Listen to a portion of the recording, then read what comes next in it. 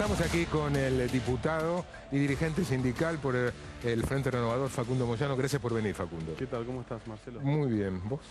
Bien, bien, muy bien. ¿Por qué no movilizaron el jueves? Bueno, la CGT, después de analizar el resultado que tendría la movilización y teniendo en cuenta el marco de negociaciones paritarias que se está dando en la Argentina, decidieron no movilizar, sí expresarse políticamente o simbólicamente, que en definitiva es políticamente, rechazando la medida del veto de Mauricio Macri. La cuestión es que el veto implica que esta ley no se pueda tratar, este proyecto de ley no se pueda tratar hasta el año que viene, por lo tanto una medida de fuerza no iba a revertir la situación. Entonces la CGT decidió... Ahora, comprendo este segundo argumento. El primero en cuanto a el resultado de una movilización depende básicamente de los gremios de transporte, que en algún sentido... No, pero no me refiero al resultado en cuanto a que sea grande o chica, sino a... Las consecuencias. A ver, cuando se movilizaba para que se traten impuestos a las ganancias, había una expectativa después de una movilización, después de un paro, para que en el caso de la expresidenta de la Nación escuchara el mensaje de, bueno, los convoco o voy a traer, pero en este caso es un veto que ya está la decisión tomada y que no se va a revertir esta situación, o sea, el tratamiento de la ley no es hasta el año que viene. ¿Qué ves del impacto del ajuste sobre el sector que vos más conocés, que es el del servicio público, el peaje, y en general? Hay cifras muy dispares acerca de cuáles son las consecuencias en materia de desempleo. Mira, hay un dato del Ministerio de Trabajo en donde se dice que hay 108.000 trabajadores, en lo que va de la gestión del macrismo, 108.000 trabajadores que dejaron de hacer aportes. Por lo tanto, se puede hablar precisamente, o por lo menos partiendo de ese mínimo. Después hay otras estimaciones, la propia CAME dice que son 130.000. El sistema, el SIPA, el Sistema Integrado Previsional, registra una caída de hasta marzo, fines de marzo, mucho menos que eso, de 4.000 y pico. Por eso hay cifras tan dispares. A ver, por ahí hace una compensación. La realidad es que yo me manejo con lo que creo que se puede poner arriba de la mesa para una discusión. Si agarro estimaciones de hay algunos que han llegado así. El otro día justamente lo debatimos en el Consejo Directivo de la CGT, así que hay 1 millón de puestos de trabajo perdidos. La verdad que es difícil ante una situación donde no hay estadísticas fiables, por eso yo prefiero siempre agarrarme de estadísticas oficiales, más allá de que tampoco tenemos un INDEC creíble a esta altura. Creemos que, bueno, por supuesto después está el Observatorio Social de la CGT, que es el dato, pero en este caso a la hora de la discusión sería tomado como subjetivo o parcial. Por lo tanto, digo, acá tenemos un dato concreto, que es el dato del Ministerio de Trabajo, que dice que más de 100.000 trabajadores dejaron de hacer los aportes. La ley ómnibus en el Frente Renovador está siendo analizada, ¿ya hay posición tomada? No, bueno, hay algunas críticas que son muy similares a las que hacía Diego Bocio, con respecto, estás hablando de la ley que blanqueo, bueno, reconocimiento de deuda. En principio que creemos que esto se hace o sea, se disfraza de una cosa que en realidad pretende otra, tocar la renta financiera, el tema de los bienes personales. Nos parece que, bueno, está en línea con la concepción ideológica del macrismo de legislar para los ricos, ¿no? Porque acá en este caso yo leía un informe que me presentó el grupo de asesores que hablaba de cuánto aporta Macri o cuánto aporta Cristina con los bienes personales. O sea, en este caso se está legislando para ellos, ¿no? Entre otros, sí, es cierto. Entre otros, se está legislando para los millonarios, ¿no? Por eso hablamos de Cristina y de Macri. Entonces, es muy complicado esto. Queremos dar la discusión, nos parece que hay cuestiones que están bien. Lo del Fondo de Garantía de Sustentabilidad también es un tema muy delicado. Creemos que es entregar las acciones del Estado, ¿no? Algo que genera, como bien decía Diego Bocio, rentabilidad. La cuestión que nosotros entendimos era un avance de los dividendos, de pagar... de contribuir por los dividendos el 10% que vos mencionabas al principio, nos parece también que es un retroceso.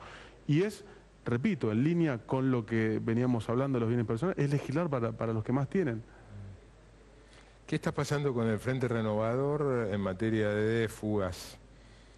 Bueno, tenemos todavía una que no se ha concretado oficialmente o formalmente, que es la de Héctor Daer, con una posición bastante pronunciada respecto al tratamiento de la ley antidespidos, en principio dando quórum en la sesión especial que convocó el kirchnerismo y después, bueno, votando a favor, como lo hicimos nosotros, de esta ley, que sabíamos que la iban a vetar al otro día porque el presidente lo había anunciado, pero lo hizo desde un lugar diferente, por lo menos físicamente, en la Cámara. Todavía no se ha formalizado el alejamiento, pero bueno, no hay otra fuga. ¿A Joaquín de la Torre ya lo daban afuera? Bueno, pero Joaquín venía hace tiempo planteando diferencias y hay una situación también con respecto a los intendentes del conurbano que siempre históricamente estuvieron de alguna manera atados a la decisión de la provincia, en este caso de Nación. Por lo tanto, entendemos que hay condicionamientos que van más allá de las convicciones o el lugar donde quiera por voluntad pararse. ¿Qué es lo que más te llamó la atención si haces un balance de estos 6 meses de Macri? Más allá de gobierna para los ricos, ¿qué es lo que más destacarías de estos 6 meses? No, a ver, pocos anuncios o pocas medidas a nivel de beneficiar a los sectores más vulnerables, ¿no? Que son los que en realidad necesitan las medidas del gobierno. Hemos visto cómo les bajaron las retenciones al campo, hemos visto cómo la devaluación benefició también a estos sectores, como a otros sectores,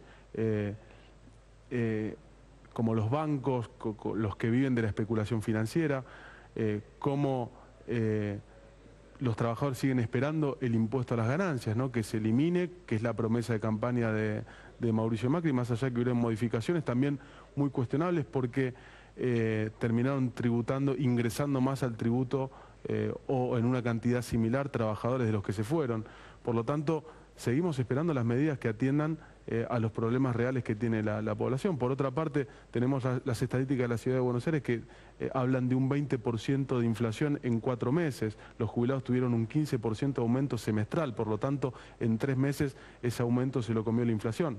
Está bien que, bueno, puede variar un poco porque en Buenos Aires se sintió más el aumento de tarifas, pero es por ahí, digo, en 4 meses, si querés, el aumento semestral de los jubilados se diluyó.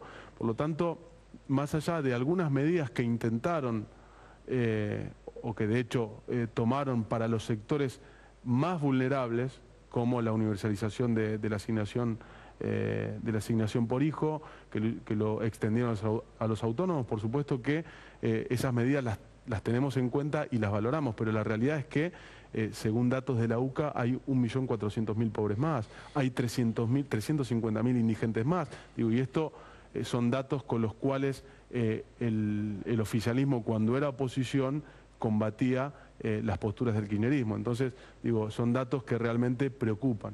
El 22 de agosto se concreta la reunificación de las 3 CGT y se sabe que ni Caló, ni tu papá, ni Barrio Nuevo van a ser el secretario general de la CGT reunificada. ¿Quién te gustaría ver ahí? No, bueno, hay varios nombres que están circulando ya, hay algunas, no te digo certezas, pero más o menos hay, dirigentes sindicales que se posicionan. El caso de Héctor Daer, el caso de Juan Carlos Smith.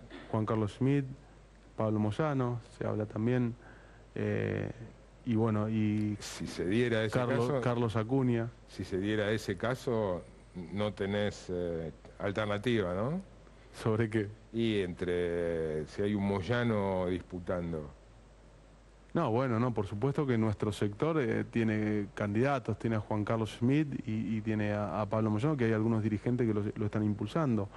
Yo lo que creo, a ver, no por Moyano, sí por el peso específico que tiene y la fortaleza gremial del sindicato de camioneros, que tiene que haber un representante de camioneros, no te digo en el triunvirato del cual se está hablando, sino en la conducción de la CGT, alguna secretaría importante. Me parece que el sindicato de camioneros tiene que estar y tiene que tener un rol importante. Tenés información seguramente privilegiada del conflicto, de todo el escándalo que hay alrededor de la AFA, ¿no? Por razones obvias. ¿Qué nos puedes contar? No, lo que sé que había una elección para el 30 de junio que se iba a llevar adelante como lo estableció la conducción o los dirigentes, mejor dicho, de la Asociación del Fútbol Argentino, que bueno, que cumpliendo con los pasos formales, candidatos para presidir esta institución, Hugo Moyano, Claudio Tapia, Nicolás Russo, presentaron los avales. Esos avales en suma daban más de 45, por lo tanto marcaba una tendencia en esa elección, y el otro candidato que faltaba para presentar los avales era Marcelo Tinelli, y bueno, decidió renunciar. Si vos me preguntás a mí, creo que renunció porque veía que la tendencia no le jugaba a favor. Si hay más de 45 avales con estos tres candidatos que más o menos están en la misma línea, bueno, difícilmente Marcelo Tinelli hubiera ganado la conducción de la AFA. Por lo tanto, siguen con este tema de la Superliga que todavía no se alcanza a entender, y yo creo que sería, criterioso o sería normal y natural seguir peleando por esta convicción que tienen sobre la Superliga, pero ganando la AFA. No me quiero imaginar que quieren hacer una AFA paralela que concentre el poder económico y terminar desfinanciando los clubes chicos que le dan una contención deportiva a miles y a miles de chicos. ¿Es clubes chicos versus clubes grandes o clubes grandes versus clubes chicos? Mirá, no hay una postura de clubes chicos contra clubes grandes. Por ahí sí se alcanza a leer, o por lo menos lo hago desde mi lugar, una postura de los grandes clubes que se quieren juntar para tener la concentración económica y fortalecer sus instituciones. Y yo no veo mal que quien convoca más a nivel de audiencia, que a nivel de gente, que moviliza más en términos económicos, tenga más manejo de dinero, que tiene una función social y tiene una función de contención deportiva importantísima. Los deportistas que van a jugar a los clubes grandes tuvieron sus inferiores en los clubes chicos del interior del país, del interior de la provincia. Yo soy asambleísta de AFA por un club del interior de la provincia, que es Alvarado de Mar del Plata. Nosotros damos contención social a 1.500 chicos, a 1.500 chicos en fútbol solamente. Después tenemos otras disciplinas, otros deportes, y la verdad que necesitamos dar la discusión acerca de cómo los clubes chicos como Alvarado y como muchos otros más tengan una retribución por parte del Estado, de la Asociación del Fútbol Argentino, para poder darle una mayor contención y una mejor contención a todos esos. ¿Las diferencias entre tu papá y Marcelo Tinelli obedecen pura y exclusivamente a que están disputando poder en la AFA o hay algo más? No, yo creo que es un diferente esquema. Por supuesto que hay, después de la muerte de Julio Grondona hay una discusión sobre el liderazgo, un liderazgo que más allá de que uno puede estar a favor o en contra, nadie puede negar que es un liderazgo muy fuerte. Ante la ausencia de ese liderazgo surgen o intentan surgir otros, y en el caso de mi padre lo están proponiendo. Ni siquiera él todavía tiene definido si quiere ser. O sea, se presentaron los avales y hoy todavía se sigue discutiendo sobre esto. De hecho, hay 3 candidatos de esa corriente, ¿no? Está Claudio Tapia, Nicolás Russo y Hugo Moyano. Ahora, lo natural sería que si hay otra idea de la AFA, del fútbol, de la organización del fútbol argentino, se dispute en AFA. Por eso no se entiende la renuncia de Marcelo Tinelli. Si quiere la Superliga, vamos a discutir la Superliga dentro de la AFA. Eso es lo natural, eso es lo democrático, perdón. Facundo, gracias por venir. Gracias a vos.